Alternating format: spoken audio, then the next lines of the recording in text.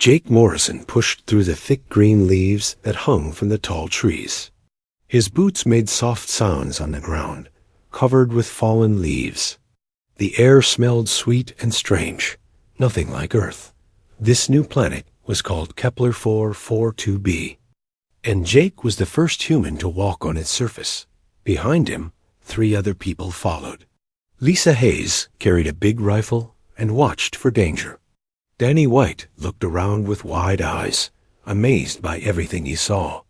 Amy Carter held a small device that beeped softly, checking the air to make sure it was safe to breathe. "This place is incredible," Danny whispered. "Look at those flowers. They're glowing."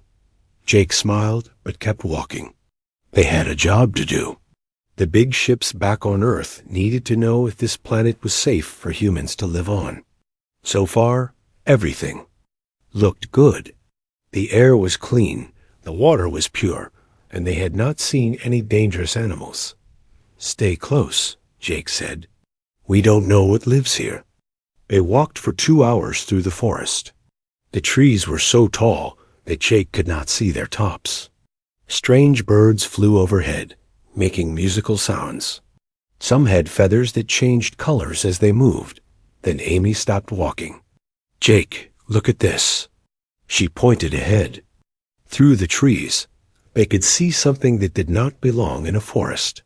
It was made of stone, very old and covered with green plants that had grown over it for many years. "Are those buildings?" Lisa asked. Jake moved closer. Yes, they were. Buildings, but not like any he had seen before. The stones were cut in strange shapes and fit together without any gaps. Symbols were carved into the walls. The symbols looked like a mix of circles, lines, and shapes that hurt to look at too long. "Someone built this," Jake said. "But who?" Amy took out her camera and started taking pictures. "The symbols are amazing. I've never seen anything like them." Danny walked to one of the walls and touched it. "It's warm. How can stone be warm?" Jake felt the wall too. Danny was right. The stone was warm like it had been sitting in the sun, but they were deep in the forest where little sunlight reached the ground. "We need to explore this place," Jake said. "But be careful. If someone built this, they might still be here." They walked deeper into the ruins. The buildings were arranged in a circle around a large open space. In the center of the space stood a tall pillar with more symbols carved into it. The pillar glowed with a soft blue light. "This is definitely not natural," Lisa said, holding her rifle ready. Amy was excited. "Jake, this could be the most important discovery in human history. We're looking at proof that other intelligent life exists." But Jake felt worried. Something was wrong. The forest had been full of sounds from birds and small animals. Now it was quiet. Too quiet. "We need to leave," he said. "Now." Before anyone could move, something flew through the air toward Jake's head. He ducked just in time. A long spear, with a sharp point stuck into the tree behind him. The spear crackled with blue electricity. "Contact!" Lisa shouted and raised her rifle. From the trees around them, tall figures jumped down. They moved faster than any human could move. Jake counted. 6 of them, maybe more. They were taller than humans, with blue-colored skin and silver markings. That looked like tattoos covering their arms and faces. The creatures wore armor made of the same material as the buildings. In their hands, they carried spears that glowed with energy. Their eyes were larger than human eyes and colored like gold. One of them was clearly the leader. She was female, Jake could tell, and she moved with the grace of a trained fighter. Her armor was more decorated than the others, and the spear she carried was longer and brighter. "Humans," she said in perfect English. "You do not belong here." Jake was shocked. "You speak our language?" "We have watched your kind for some time," the female warrior said. "We know your ways. We know your weaknesses." She raised her spear and pointed it at Jake. I am Zarathik of the Velinari. You have entered our sacred place. For this you must die." Jake raised his hands. "Wait, we didn't know this place was sacred. We're explorers, not invaders." But Zarathik was already moving. She ran toward Jake faster than he thought possible. Her spear was aimed at his heart. Jake had less than a second to react. Time seemed to slow down. Jake could see every detail of the spear as it came toward him. He could see the anger in Zarathik. Golden eyes. He could hear Lisa shouting behind him and the sound of gunfire as his team tried to help. Jake's military training took over. Instead of trying to dodge the spear, he did something that surprised everyone, including himself. He reached out with both hands and caught the spear just inches from his chest. The moment his hands touched the weapon, everything changed. A bright flash of blue light filled the air. Jake felt electricity run through his body, but it did not hurt. Instead, it felt warm and strange, like something was connecting to his mind. Zarathik's eyes went wide with shock. The spear was glowing, brighter than ever before. She tried to pull it back, but she could not let go. Neither could Jake. "Impossible," she whispered. The light grew brighter and brighter until Jake could not see anything else. He felt his mind touch something alien and powerful. For just a moment, he could feel what Zarathik was feeling. Her surprise, her fear, and something else. Something that felt like recognition. Then everything went dark, and Jake fell to the ground. Jake woke up slowly. His head hurt, and his mouth was dry. He tried to remember what happened, but everything was fuzzy. Then he remembered the spear, the bright light, and the alien woman named Zarathik. He opened his eyes and saw a ceiling made of the same strange stone as the ruins. But this ceiling had patterns carved into it that seemed to move when he looked at them.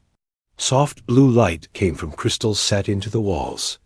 Jake sat up and looked around. He was lying on a bed that was too long for a human. The room was simple, but clean.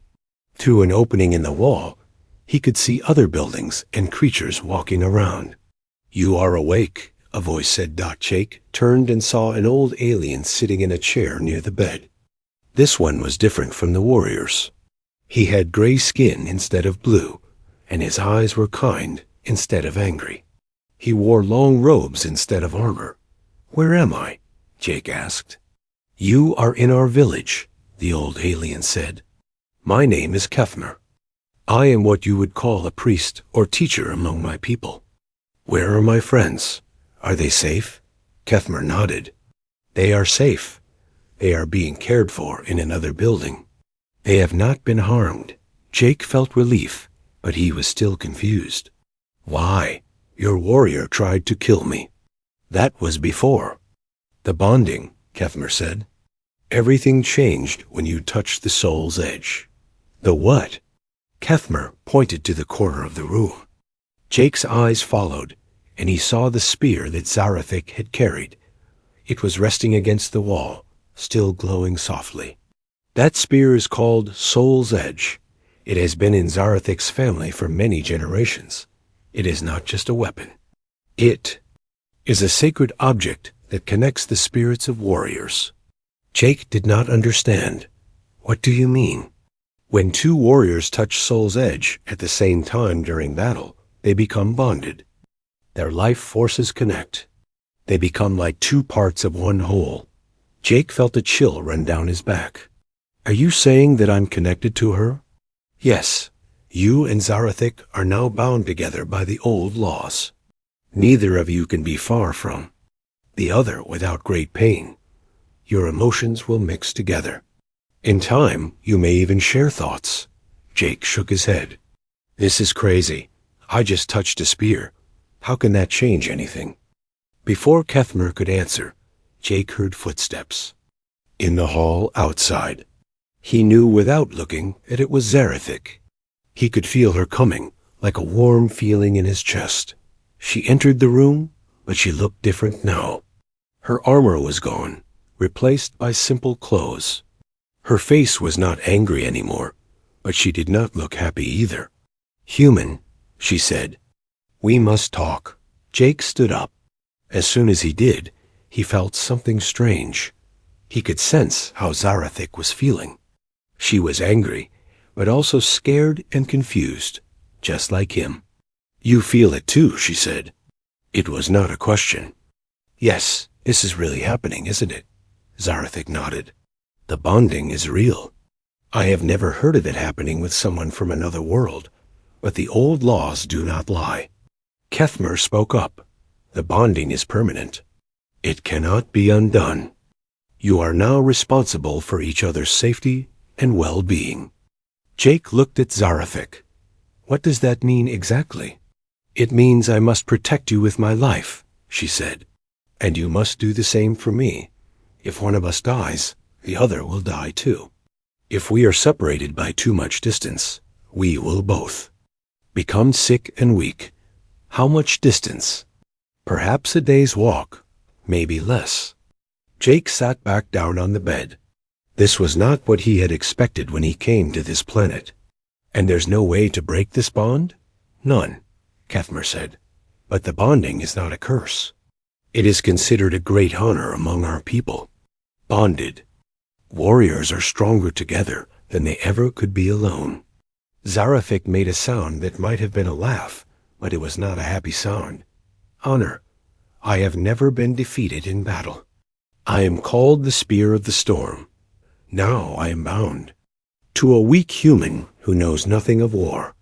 Jake felt her words like a punch to his stomach, but he also felt something else through their connection. She was lying, at least partly. She was impressed by how fast he had moved to catch her spear.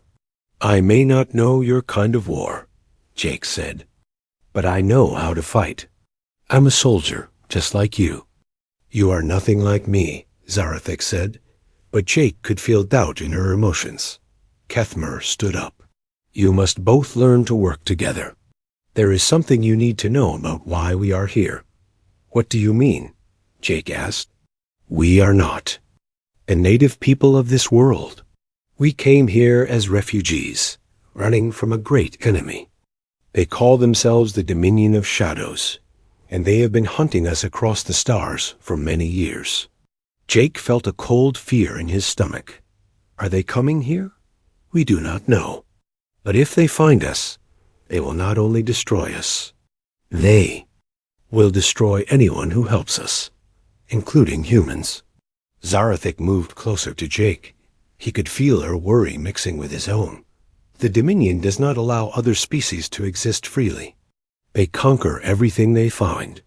"How many of them are there?" Jake asked. "Millions. They have great ships and weapons that can destroy entire worlds. They have been building their empire for hundreds of years." Jake thought about Earth, about all the people there who had no idea this threat existed. "We have to warn my people." "That will not be easy," Kethmer said. "Your communication device can reach the other humans, but they are very far away. It will take time for any message to reach them." Jake looked at Zarathik. Through their bond, he could feel her thoughts becoming clearer. She was starting to understand that humans might be more useful as allies than she had first thought. "We need to work together," Jake said. "My people and yours.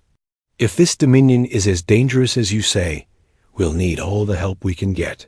Zarathik was quiet for a long moment. Then she said, "The elders will not trust humans easily. They will want proof that your kind can fight." "Then we'll give them proof," Jake said. "But first, I need to see my team. And I need to know more about this enemy we're facing." As Jake stood up, he felt something new through the bond. Zarathik was feeling something that surprised both of them. She was feeling hope. Jake walked through the Velinary village with Zarathik beside him. The bond between them was getting stronger every hour. He could feel her emotions more clearly now, and sometimes he caught glimpses of her thoughts. It was strange, but not unpleasant. Village was bigger than Jake had first thought. There were maybe 300 Velinari living here, adults and children. The buildings were made of the same warm stone as the ruins, but these were clearly homes and workshops, not temples. Your people build beautiful things, Jake said. This is not our real home, Zarathic replied. Our cities were much grander before the Dominion came. They reached the building where Jake's team was staying. Lisa, Danny, and Amy were sitting around a table, talking quietly. When they saw Jake, they all stood up quickly. Jake, Amy said, running over to hug him. We were so worried. Are you okay? I'm fine, Jake said. But we have a problem. A big one. He told them about the bond and what Kethmer had said about the Dominion of Shadows. His team listened with growing concern. So you're saying there's an alien empire out there that wants to destroy everything? Lisa asked. That's exactly what I'm saying, Jake said. And Earth is in their path. Danny looked at Zarathic. No offense, but how do we know this isn't some kind of trick? Zarathic's eyes flashed with anger, but before she could speak, Jake felt her emotions through their bond. She was hurt by the suggestion that she would lie about something so serious. It's not a trick, Jake said. I can feel that she's telling the truth. Amy had been quiet, but now she spoke up. I've been analyzing the technology here. These people are definitely more advanced than us in some ways. If they're running from something, that something must be really powerful. Just then, Kethmer entered the building. His face was grave. We have received a message from the northern settlements. They are under attack. Zarathic tensed. The Dominion? Scout ships, 3 of them. They are testing our defenses. Jake felt Zarathic's fear and anger mixing together. Through their bond, he also felt her shame. She wanted to fight, but she was stuck here protecting him. We have to help them, Jake sighed. You do not understand, Zarathic said. Dominion scouts are not like other enemies. They are part machine, part living creature. They feel no pain, no fear. They are very hard to kill. Tell me about them, Jake said. Kethmer sat down. At the table, the Dominion takes prisoners from the worlds they conquer. They change these prisoners, replacing parts of their bodies with machines. They remove their memories and emotions. What remains is a perfect killing machine. Cyborgs, Lisa said. We've thought about that technology on Earth, but we decided it was too dangerous. The Dominion has no such concerns, Zarathic said. They call these creatures Void Reapers. Each one is as strong as 10 normal warriors. Amy leaned forward. What about their ships? What kind of weapons do they have? Energy weapons that can cut through our strongest armor, Kethmer said. And they have shields that protect them from most attacks. Jake thought about this. But they're not invincible, or your people would all be dead already. We have learned to fight them over the years, Zarathic said. But we always lose more people than they do. We are slowly losing this war. What if we fought them differently? Jake asked. What if we used tactics they don't expect? Zarathic looked at him with curiosity. What do you mean? On Earth, we've learned that when you're fighting a stronger enemy, you don't meet them head-on. You use guerrilla warfare. Hit and run attacks. Make them fight on your terms, not theirs. This is cowards fighting, Zarathic said, but Jake could feel through the bond that she was interested despite her words. No, Jake said. It's smart fighting. Why sacrifice your people in battles? You can't win when you can win the war by being smarter. Lisa nodded. Jake's right. We could teach your people some of our tactics. Work together. Kethmer looked thoughtful. The elders would have to agree. Many of them believe that honor requires face-to-face combat. Honor doesn't help dead warriors. Danny said, I've seen what happens when pride gets in the way of good tactics. An alarm started ringing outside. All the Velinari in the village began moving quickly, some running to defensive positions, others herding children to safety. The northern settlement, Zarathik said. They must have fallen. The scouts are coming here. Jake felt a surge of adrenaline. How long do we have? Not long. Maybe an hour if we are lucky. Then we need to move fast, Jake said. He turned to his team. Amy, can you get a message to Earth? I can try, but it will take months to reach them. Do it. Tell them about the Dominion. Tell them to prepare for war. Amy nodded and ran to get her equipment. Jake looked at Lisa and Danny. You two help. The Velinari set up defenses. Use everything you know about defensive tactics. What about you? Lisa asked. Jake looked at Zarathik. We're going to see if this bond of ours is good for anything besides sharing emotions. They left the building together. Outside, the village was busy with preparations. Jake could see that the Velinari were brave, but they were also scared. Many of them had never seen Dominion scouts before. Your people are getting ready to fight. Them the same way they always have, Jake said. In the open, with honor. It is our way, Zarathik said, but she sounded uncertain. What if we tried a different way? What if we used the forest? Zarathik stopped walking. What do you mean? As scouts are expecting to fight Velinari warriors in traditional combat. They're not expecting humans. And they're not expecting us. To fight from hiding. Jake could feel through the bond that Zarathik was torn between her training and her growing respect for human tactics. It would work, she said finally.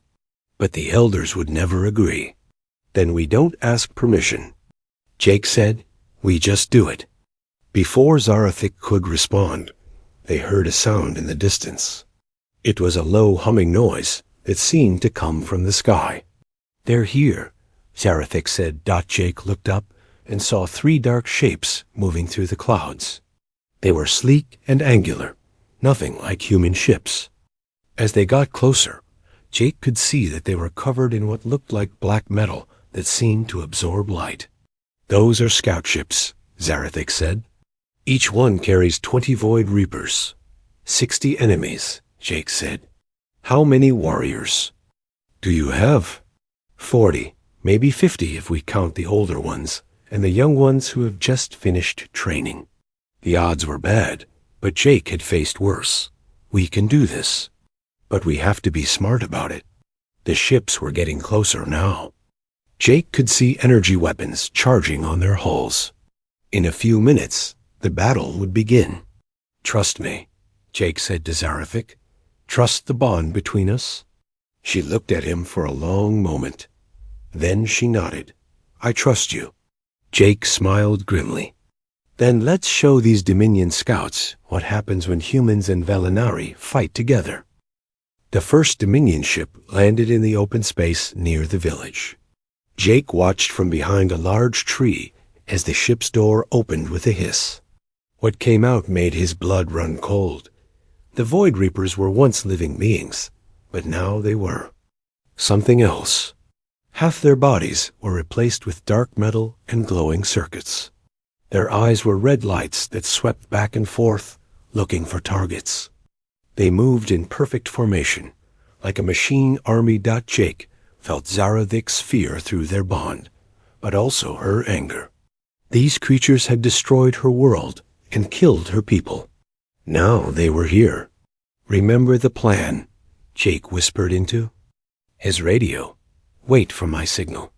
The Velinari warriors were hidden throughout the forest, along with Lisa and Danny. Amy was in the village, trying to send the warning message to Earth, while the other Velinari protected the children and elderly. Void Reapers spread out from their ship, scanning the area with their red eyes. Their leader was taller than the others, with more metal parts. When it spoke, its voice sounded like grinding gears. Velinari warriors, it said in the alien language. Come out and face us. We will make your deaths quick if you surrender now. Jake could understand the words somehow. The bond with Zarathik was letting him know what the creature was saying. They want us to come out and fight them in the open, Jake said quietly. just like always. It is what they expect, Zarathik replied. They have fought us this way for years. Then let's surprise them. Jake raised his rifle and took aim at the leader. He had studied the Void Reapers through binoculars and noticed something important. The metal parts of their bodies were armor, but there were still organic parts that were vulnerable. Now, Jake whispered into his radio, the forest exploded with gunfire. Human weapons and Velinary energy spears hit the Void Reapers from all sides. The creatures stumbled, surprised by the attack from hidden positions, but they recovered quickly. Their armor protected them from most of the shots, and they began firing back at the hidden attackers. Their energy weapons cut through trees and melted stone. "Move!" Jake shouted. "Don't stay in one place." The plan was working, but barely. The Void Reapers were adapting to the new tactics faster than Jake had hoped. They were starting to surround the hidden positions. That's when Jake and Zarathik discovered something amazing about their bond. When they fought together, they could anticipate each other's moves perfectly. Jake would duck just as Zarathik threw her spear over his head. She would dodge to the side just as he fired past her. They moved through the forest like dancers, protecting each other and striking at the enemy with perfect timing. The Void Reapers couldn't keep up with their coordinated attacks. "Behind you!" Jake called out, but Zarathik was already turning, her spear crackling with energy as she struck down a Void Reaper that had tried to sneak up on them. The battle lasted for an hour. When it was over, all 20 Void Reapers from the first ship were destroyed. But Jake knew this was just the beginning. "The other ships will have seen what happened," Zarathik said. "They will be more careful now." "Good," Jake said. "Let them be careful. Fear makes enemies make mistakes." Lisa and Danny came out of the forest, both grinning despite the danger. "That was incredible," Lisa said. "I've never seen anything like how you two fought together." "The bond," Zarathik said. "It is stronger than I thought possible." Kethmer approached them, his face full of wonder. "You have done something that has never been done before. You have defeated Dominion scouts without losing a single warrior." "It's not over," Jake said. "We need to prepare for the next attack." But before they could make plans, Amy came running from the village. "Jake, I got through to Earth, but there's something else. I've been monitoring space around the planet. There are more ships coming, a lot more." Jake felt his heart sink. "How many?" "I count at least 50 ships, maybe more. They're bigger than the scout ships." Through his bond with Zarathik, Jake felt her despair. "A full battle fleet," she said. "We cannot fight that many." "And we don't fight them," Jake said. "We evacuate." "Where can we go?" Kethmer asked. "This is the last safe place we know." Jake thought quickly. "What about other Velinari groups? Are there others on different worlds?" "Yes, but they are scattered. Most are hiding, like us." "Then we bring them together," Jake said. "We unite all the Velinari groups, and we get help from Earth." Zarathik looked at him with surprise. "You would ask your people to fight for us?" "I would ask them to fight for all of us," Jake said. "The Dominion won't stop with your people. They'll come for Earth eventually. Better to fight them now, together, than to wait and fight them alone." Danny stepped forward. "Jake's right. We've seen what these Void Reapers can do. Earth needs to know what's coming. But even if Earth sends ships, they will not arrive in time," Kethmer said. "The Dominion fleet will be here in days." Jake felt an idea forming. "What if we don't wait for them to come to us? What if we go to them?" "You want to attack a Dominion fleet?" Zarathik asked. "That is suicide." "No," Jake said. "I want to steal one of their ships. Use it to evacuate your people and get word to other Velinari groups. Show them that the Dominion can be beaten." Lisa shook her head. Jake, that's crazy. How do we steal a ship from a fleet that big? The same way we beat the scouts, Jake said. We do something they don't expect.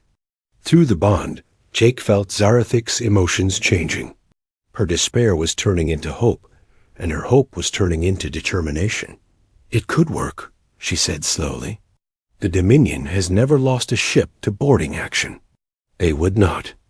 Expect it, and if we can get one of their ships, we can study their technology, Amy said. Learn their weaknesses. Kefmer was quiet for a long moment. This plan is very dangerous. Many will die. Many will die anyway if we do nothing, Jake said. At least this way, we have a chance. The elders will never agree to this, Zarathik said. Then we don't ask the elders, Jake said. We ask the warriors. We ask the people who are tired of running and hiding. Jake looked around at the faces of his team and the Velinari who had gathered to listen. I know this is scary. I know the odds are against us. But I also know that when people work together, when they fight for something bigger than themselves, they can do impossible things. What are you proposing exactly? Kethmer asked. An alliance, Jake said. Humans and Velinari fighting together. Not just for this battle, but for the war that's coming. We share our knowledge, our tactics, our strength. We become something the Dominion has never faced before. Zarathik stepped forward. I will fight with you, she said. The bond between us has shown me that humans are not weak. You are different, but you are not weak. One by one, other Velinari warriors stepped forward. Lisa, Danny, and Amy stood with them. Soon, almost everyone in the village was standing together. Then it's decided, Jake said. We're going to steal a Dominion ship and start a revolution. Through his bond with Zarathik, Jake felt something he hadn't felt since the battle began. He felt hope. The Dominion fleet arrived 3 days later. Jake watched from a hidden position as the massive ships blotted out the sun. There were 53 ships in total, each one capable of destroying a city. The largest ship was as long as a mountain and covered in weapons. That's the command ship, Zarathik said, pointing at the giant vessel. If we can take that one, we can control the whole fleet. Jake felt her emotions through their bond. She was scared, but also excited. They had spent 3 days preparing for this moment, and now it was time to see if their plan would work. The plan was simple but dangerous. A small team would sneak onto the command ship using a captured scout vessel, while they took control of the ship's systems. The rest of the Velinari would attack the other ships as a distraction. Are you ready? Jake asked Lisa and Danny. As ready as we'll ever be, Lisa said. She was carrying explosives that Amy had made from Velinari technology. These should take out their main power systems. Danny checked his rifle. I still think. This is crazy, but I'm with you. Amy was staying behind to coordinate the attack and try to contact Earth again. I've got the communication array ready, she said. If you succeed, I'll broadcast everything we've learned about the Dominion. Jake turned to Zarathik. This is it. Are you sure you want to do this? She smiled, and he felt her confidence through their bond. I have never been more sure of anything. The first part of the plan went perfectly. Using the captured scout ship, they approached the command vessel without being detected. The Dominion didn't expect anyone to be bold enough to attack their flagship. But as they boarded the ship, Jake realized just how big it was. The corridors were endless, filled with Void Reapers and other Dominion soldiers. The ship was like a flying city. The control room is this way, Zarathik said, leading them through the maze of passages. Her knowledge of Dominion ships was saving them time they didn't have. They encountered their first guards at a junction. There were 6 Void Reapers blocking their path. Jake and Zarathik attacked together, moving with the perfect coordination that their bond gave them. Lisa and Danny provided cover fire. The battle was over in seconds. The Void Reapers didn't have time to raise an alarm. "We're getting good at this," Jake said, breathing hard. "The bond is growing stronger," Zarathik said. "I can feel your thoughts more clearly now." They continued through the ship, fighting their way past guards and obstacles. With each battle, Jake and Zarathik worked together more smoothly. They were becoming something new, something the Dominion had never faced before. Finally, they reached the control room. It was a massive chamber filled with screens and control panels. In the center stood a figure that made Jake's blood run cold. It was the fleet commander, but he was more machine than the Void Reapers. Only his head remained organic. Everything else was dark metal and glowing circuits. When he spoke, his voice echoed through the chamber. "So the humans have joined the Velinary rebels," he said. "How interesting. I am War Commander Thexfer. I have destroyed 100 worlds for the Dominion." "Your destroying days are over," Jake said, raising his rifle. Thexfer laughed, a sound like grinding metal. "You think you can defeat me? I have lived for 300 years. I have conquered more worlds than you can imagine." The War Commander moved faster than Jake thought possible. His metal arms stretched out, revealing hidden weapons. Energy blasts filled the air as Jake and his team dove for cover behind control panels. "Lisa, get those explosives to the power core." Jake shouted over the sound of weapons fire. "I'm trying," she called back, "but I can't get past him." Jake felt Zarathik's determination through their bond. She was planning something dangerous. "Trust me," she said, looking into his eyes. Before Jake could stop her, Zarathik ran straight at Thexfer. The War Commander turned his weapons on her, but Jake was already moving. Their bond let him know exactly what she was planning. Jake rolled to the side and fired at Thexfer's head while the commander was distracted by Zarathik.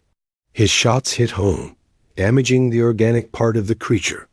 Zarathik used the distraction to get close.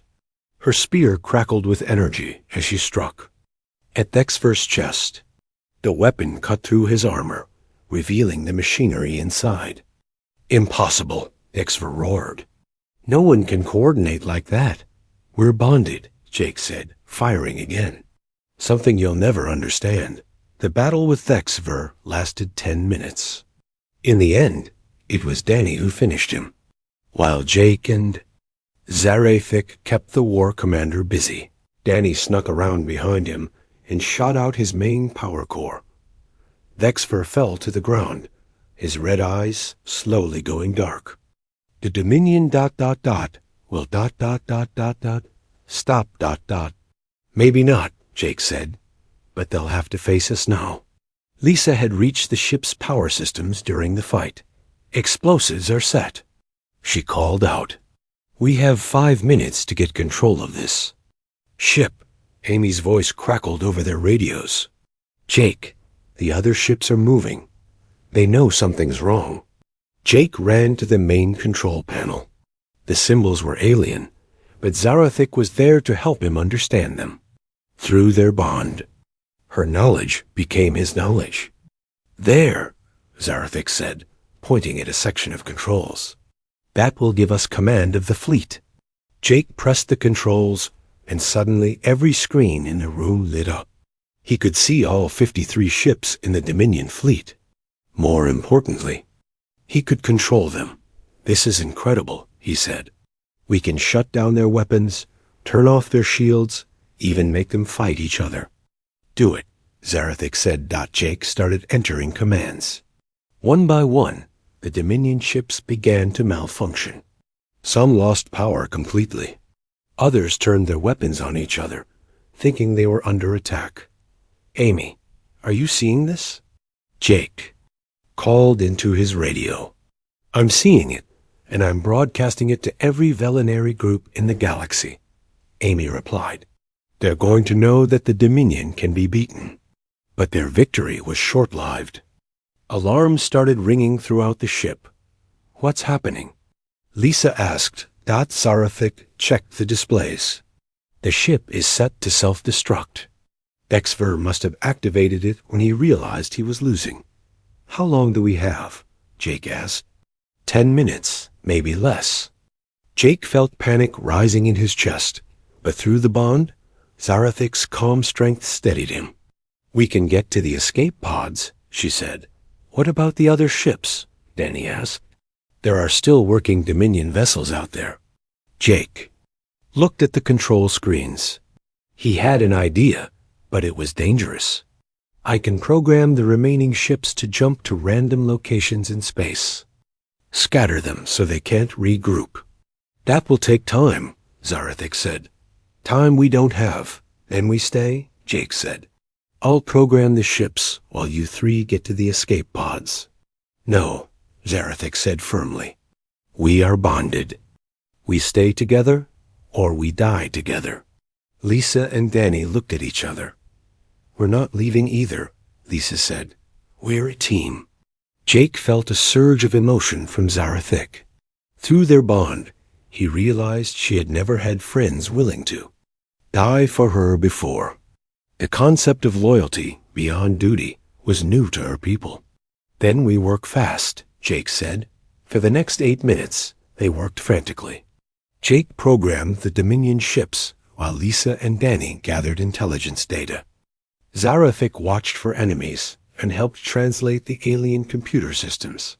With 1 minute left before the ship exploded, they ran for the nearest escape pod. The corridors were shaking as the ship began tearing itself apart. They reached the escape pod with seconds to spare. As they blasted away from the command ship, Jake watched it explode in a ball of fire.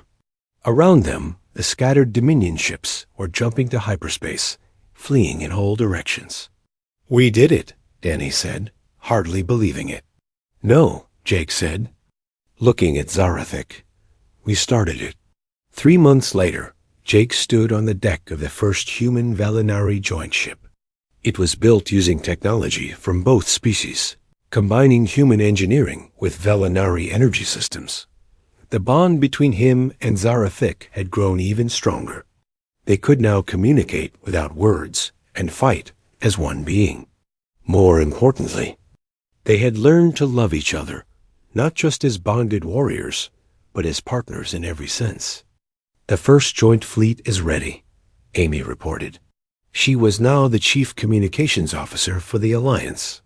50 human ships and 30 Velinari vessels. And more coming every day, Lisa added. She had been promoted to head of tactical training, teaching both species to fight together. Danny, now a captain, approached them. We just got word from the Outer Rim. Another Velinari group has joined the Alliance. That makes 23 groups so far. Jake nodded. The destruction of the Dominion fleet had sent a message across the galaxy. The Dominion could be beaten. Hope was spreading. What about Earth? Jake asked. The first Earth fleet should arrive next week, Amy said. They're bringing new weapons and shield technology. Zarathic moved closer to Jake. Even after all this time, he still felt a thrill when she was near. The bond had given them something precious beyond just military coordination. My people have a saying, she told him. The strongest spear is forged in the hottest fire. What does that mean? Jake asked. It means that sometimes the best things come from the worst situations. Our bonding seemed like a curse at first, but it has become the foundation for something greater. Jake looked. Around the ship, humans and Velinari worked side by side, no longer strangers, but allies and friends. Some had even formed bonds similar to H.